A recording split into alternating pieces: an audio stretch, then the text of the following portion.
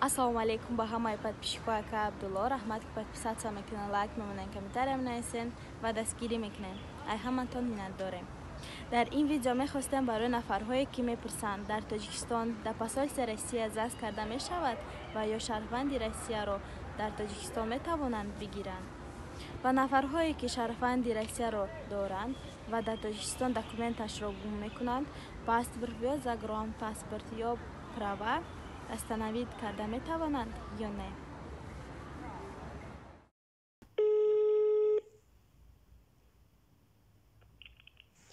Алло.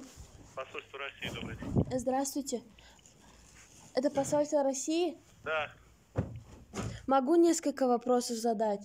Что вы хотели? Могу ли я в Таджикистане заключить брак? Ну, у меня гражданином России, если вы гражданка России. В Таджикистане можно получить гражданство России? Несовершеннолетним детям, если один из родителей гражданин России. Ясненько. А если я потерял... Информация есть на сайте, почитайте. Все вопросы, интересующие вас, есть на сайте посольства. Спасибо. Консульские услуги, там все написано, почитайте. dushanbe.mid.ru. Хорошо, спасибо. ҷавоб метем дар якум савол ки ЗАГС карда мешавад. Агар ҳар ду тараф шаҳрванди Россияро дошта бошад, бале, ЗАГС карда мешавад. Дар ҳолате ки 1 сол зиёд зиндагӣ карда бошанд дар Тоҷикистон ва хонаи шахсӣ дошта бошанд. Ва агар як тараф шаҳрванди Россия дошта бошад, як тараф не, намешавад. Дуюм савол. Метавонанд дар Тоҷикистон гражданствои шаҳрии Россияро қабул кунанд танҳо кӯдакҳое ки несовершеннолетни мебошанд, яъне ноболиғ ва падар ё модар, яъне як тараф шаҳрванди Россияро дошта бошад. Саволи сеюм. Агар документотонро гум кунед, документ яъне ҳуҷҷатҳои гумкардагиро дар Тоҷикистон восстановид карда мешавад ё не? Бале, мешавад. Шумо телефон мекунед дар посольство, записаться мекунед, дар посольство Россия телефон мекунед, записаться мекунед, телефон мекунед, меган ҳамунҷа чӣ документото биёрен, ҳамун записда меравен, восстановид карда документотона метиҳанд. ҳазор раҳмат ки дастгирӣ мекунед, подписаться кунед, лайкаи хелта набурен. ҳазор раҳмат. Ассалому алайкум ба ҳама бинандагони канали Абдуллотиҷӣ, ҳама нафарҳое ки канали моро ҳама вақт дастгирӣ мекунен, комментариҳои хуб менависен ва ай ҳама беҳтараш бовар карда билет мехарен. Ай ҳаматон миннатдорум бошен ҳама вақт.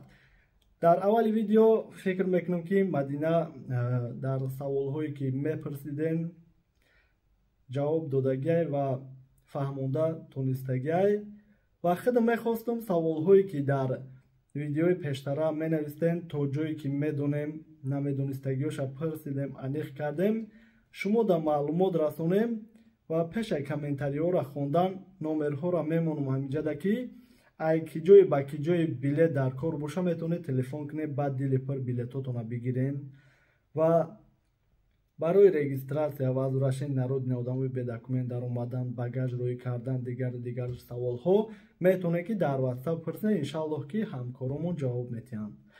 хоб, мехонем комментариҳоро. подписаться ва лайка биҷиқе барои пешравии канали мо беҳад дастгирӣ хуб мешавад. салом бародар, саломат бошӣ. Як савол. касалида чӣ хел билет мешавад? соз раҳ гаштан наметавонад. алайкум салом бародарҷон. агар шумо дар назар дошта бошем ки то пеши самолёта чӣ хел бурдан, вақти билета гирифтен оформид кардан, авиакассатона мегӯянд ки дар ҳамин билет коляска оформид кунанд ки ҳамаи аэропортҳо коляска бигем дора, инвалидни коляска. мақсад медароем пешаи мошин фаромадан коляскада мешинонанд ва то пеши самолёта мебаранд, мешинонанд, парвоз мекунанд. ранги обични одам бигем билет мегиранд. дар ҳолате ки шишта натона, бигем ҳамчун инвалид ҷои 3 нафар дар ховакӣ ки мерава, бигем ки билет агар 20,000 бошад 60,000 рубл, яъне ки нархаш нархи 3 билет мешавад ва парвоз мекунад. Чиба дар бораи ручной багаж намеген? 10 кило навистагиай ай 3 рез одаморо барои ручной багаж снимат карданд. бародарҷонум, агар ҳамаи канали моро аҳамияти дар ҳамаи масъалаҳо гуфтагем, вале сабабе ки баъзеош мақсад просмотри хуб мегира, баъзеош намегира, барои ҳамин баъзан саволҳоро такрорам мекунем, бигем хато намешава, вале мегем бародарҷон. ва боз як бори дигарам мегем ки Урал компания 10 кило мумкинай дар чанд видео ҳаму оҳане ки дар пеши регистратсияҳо мондагиай нишонам додагием ки ҳаҷмша мақсад 10 килоай бародарҳо калон мегиранд ва меравам вақти регистратсияда дар ҳаму оҳан ҷо намешава ва барои зиёд будан мегӯям пулша спор, ки баъзеҳо возможности пулспорӣ надоранд, ай ҳамин сабаб мемонанд, бигем ки намемонандшон гузаштанд, ё ки регистратсия мегузаранд, фикр мекунанд ки ҳамин қайд тамом дигар проверка намекунанд, вале баъди таможниам баъдан проверка мекунанд, айрес мемонанд. Ё ки ютера мисол мегирем, меоянд регистратсия мақсад пешаи регистратсия гузаштан ҳамин лӯбои стойка регистратсия холӣ боша, метавонед багажтона як бор монед бинед. меоянд вақти регистратсияда багажшона мемонад ки 20 кило мумкинай, вале 21 кило меброяд. наметиҳанд ки обратно шумо бигирем бортона кам кунед, сразу менависад ки 5000 рав спор, барои ки ютер ҳамихела ки 1 кило ҳам зиёд бошад 5000 рубл, 20 кило ҳам зиёд бошад 5000 рубл. ва баъзеҳо возможности споридан надоранд, меистанд бигем багажа наметиҳанд, самолёт парвоз мекунад, баъдан багажшона метиҳанд, дигар ҳеҷ чиз гуфта намешавад. дар ҳамин масъалаш эҳтиёт бошем. ассалому алайкум бародар, барои кӯдак билет чанд сум ба Тоҷикистон? Якаш 10 моҳа, дигараш 20 рӯза. кӯдакон подробнӣ мефаҳмондем. алайкум салом бародарҷон, дар видеои гузашта маълумот дода будем, вале як бори дига мегем. то 2 солая Somon Air бепул, ай 2 сола то 12 солая бигем 50%, российский компания Somon Air, Урал, Ютер, SM дигараш то 2 солая 1500 рубл, ай 2 сола то 12 солая 75%. вале ҳолате ки шумо гуфтаген 2 кӯдак ай 2 сола поён қонунӣ, яъне давлатиш бигем, дар як одам як кӯдаки ай 2 сола поён оформид кардан иҷозат ай. яъне ки мисол як шахси калон, яъне взрослӣ кӯдаки ай 2 сола поён дата оформид кардан иҷозат нестай.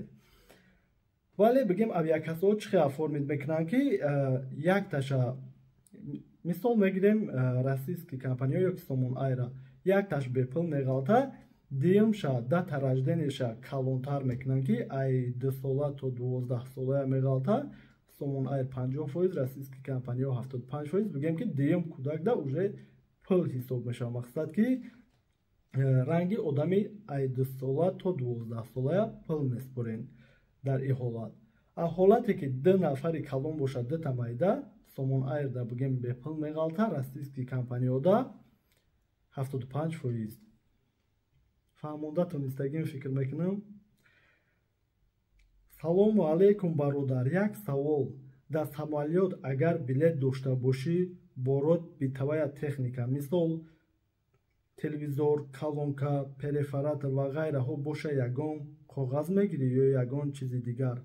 алайкум салом бародарҷон, не, бигем ки ҳамин хел мегирен, мерен. ҳамин қайд ки бигем агар як багаж дига боша, дополнительный пул меспорен барои бори зиёдтӣ. ва бигем ки самолёда ҳамаи чиам рӯй мекунанд, беташвиш. Телевизорам боша, мегӯянд ки мақсад чизи мешикастаги отдельно рӯй мекунанд ё ки дигараш. фақат мисол примерно мегирем, бензопила агар бурданӣ бошен, ҳаракат кунен, ягон грамм бензин надошта бошад. ва ҳолате шидагие ки краска ё ки роған бигем, даҳанша ҳуй кардагиян, ҳатто аэропорт ҳамун даромадгоҳе ки лента мегзарен пеш ай ҳама иҷоза додагӣ нестанд ки бигзара. мақсад чизе рӯй мекунен кушодагӣ набоша беҳтар ай. акаҷон ҳамин залатаи коронада чӣ хел занг бизанем обязательно срочно дар кор ай акаҷон. хоб бародарҷонум номерҳоша ҳамиҷада мемонум, метавонед телефон кунед, саволҳо боша пурсен, иншаллоҳ ки ҷавоб метиҳанд. мигратсиони карта гум карда боши аэропорт ҳечи намеган? Не бародарҷонум, мегӯем гум кардагиам ва беташвиш мерем. ҳар рӯза бигӯем бародарҳои тоҷик рафтаистиянд ки як паспорт доранд бисёриҳош ва гузашта рафтаистиянд. ман ду шаҳрвандӣ дорам, заграни русӣ надорам, ба заграни тоҷикӣ рафтан мешавад тоҷикистон? Бале бародарҷонум, беташвиш, ба дили пур метавонед ки равен ва биёен ва агар ки загран паспорти тоҷикиву русирам дошта бошем, метавонед ки аи тараф ба якташ бирен, аю тараф ба дигараш биёен. хоб ҳамиқа савол иншаллоҳ ки айму агар як саволи шумодам ҷавоб расида боша беҳад хуб мешавад. мақсад хирсанд мешуморам. боқӣ паноҳи аллоҳ. худтона эҳтиёт кунем. миннатдорум ай ҳамат. бошем ҳама вақт.